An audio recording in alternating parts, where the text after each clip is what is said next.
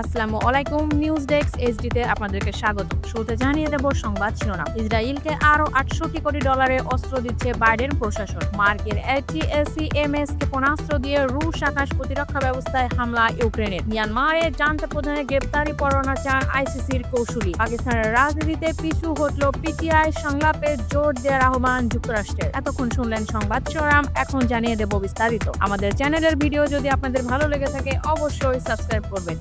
নতুন ভিডিও পাওয়ার জন্য bell button বাজিয়ে দিন। ইসরায়েলকে আরো 68 কোটি ডলারের অস্ত্র দিচ্ছে বাইডেন প্রশাসন। ইসরায়েলের কাছে আরো 68 কোটি ডলারের অস্ত্র বিক্রির প্রাথমিক অনুমোদন দিয়েছে যুক্তরাষ্ট্রের প্রেসিডেন্ট জো বাইডেনের প্রশাসন। এমন সময় এই অস্ত্র বিক্রির অনুমোদন দেওয়া হলো যখন বাইডেন প্রশাসন মধ্যপ্রাচ্যের শান্তি ফেরানোর চেষ্টা চালিয়ে যাওয়ার কথা বলছে। ইসরায়েল ও লেবাননের হিজবুল্লাহর গোষ্ঠীর মধ্যে বাইডেনের যুদ্ধবিরতি ঘোষণা দেওয়ার পর দিন গতকাল বুধবার এই অস্ত্র বিক্রি চুক্তির খবর সংবাদ মাধ্যমে আসে। ফিলিস্তিনের গাজায় ইসরায়েল ও হামাসের মধ্যে একই ধরনের যুদ্ধবিরতি চুক্তিতে পৌঁছাতে নতুন করে চেষ্টা চালানোর অঙ্গীকার করেছে তিনি। যদিও বাইডেন অনেকবার এ ধরনের অঙ্গীকার করেছিলেন, কিন্তু তা বাস্তবায়নে ব্যর্থ হয়েছেন। মার্কিন ATACMS ক্ষেপণাস্ত্র দিয়ে রুশ আকাশ প্রতিরক্ষা ব্যবস্থায় হামলা ইউক্রেনের। রাশিয়ার একটি বিরল স্বীকারোক্তি দিয়েছে যুক্তরাষ্ট্র থেকে আনা দূরপাল্লার ক্ষেপণাস্ত্র ATACMS ব্যবহার করে ইউক্রেন রাশিয়ার কুরস্ক অঞ্চলে একটি গুরুত্বপূর্ণ আকাশ প্রতিরক্ষা ব্যবস্থা ও একটি বিমান ঘাঁটিতে আঘাত করেছে বলে জানিয়েছে দেশটির প্রতিরক্ষা মন্ত্রণালয়। হামলার একদিন পর এক বিবৃতিতে মন্ত্রণালয় এই তথ্য জানায়। এই হামলায় প্রতিশোধ নেওয়ার হুমকিও দিয়েছে মস্কো। এদিকে ইউক্রেনের বিমান বাহিনী বলেছে গত সোমবার রাতে রাশিয়া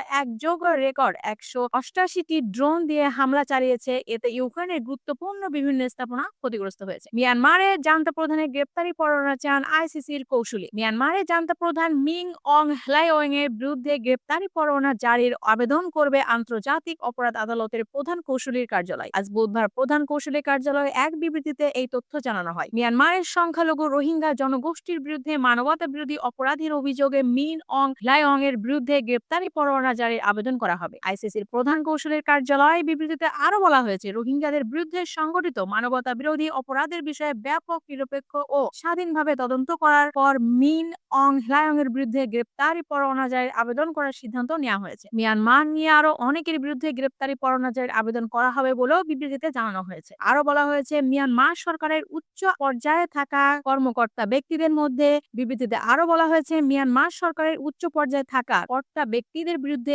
এই প্রথমবারের মতো গ্রেপ্তারি পরোয়ানার আবেদন করতে যাচ্ছে আইসিসির প্রধান কৌঁসুলির কার্যালয়। আগামী দিনগুলো এরকম আরো আবেদন করা হবে। পাকিস্তানের রাজনীতিতে পিছু হটল পিটিআই, সংলাপের জোর দেওয়ার আহ্বান যুক্তরাষ্ট্রের। নিরাপত্তা বাহিনীর ব্যাপক ধরপাকড় করে অভিযানের মুখে বিক্ষোভ থেকে পিছু হটল পাকিস্তান তেহরিক-ই-ইনসাফ। গতকাল মঙ্গলবার দিবা গত রাতে পিটিআই এর নেতাকর্মীরা বিক্ষোভ করেন ইসলামাবাদের ডি-চকে পৌঁছে যায়। তবে আজ ভোরে 3 দিন ধরে চলা বিক্ষোভের কর্মসূচি প্রত্যাহার করেছে ইমরান খানের দল। দলটির শীর্ষ পর্যায় থেকে এই ঘোষণা দেওয়া হয়। পাকিস্তানি পুলিশের তথ্য থেকে আজকে জানা যায় 1000-এর বেশি বিক্ষোভকারীকে আটক করেছে। তারা আদিওয়ালা কারাগারে বন্দী পাকিস্তানের সাবেক প্রধানমন্ত্রী ইমরানের মুক্তির দাবিতে এই বিক্ষোভ করছিলেন। নিরাপত্তা রক্ষায় অভিযানের পর আজ ভোরেই সিটি সেন্টার থেকে বিক্ষোভকারীদের সরিয়ে দেওয়া হয়।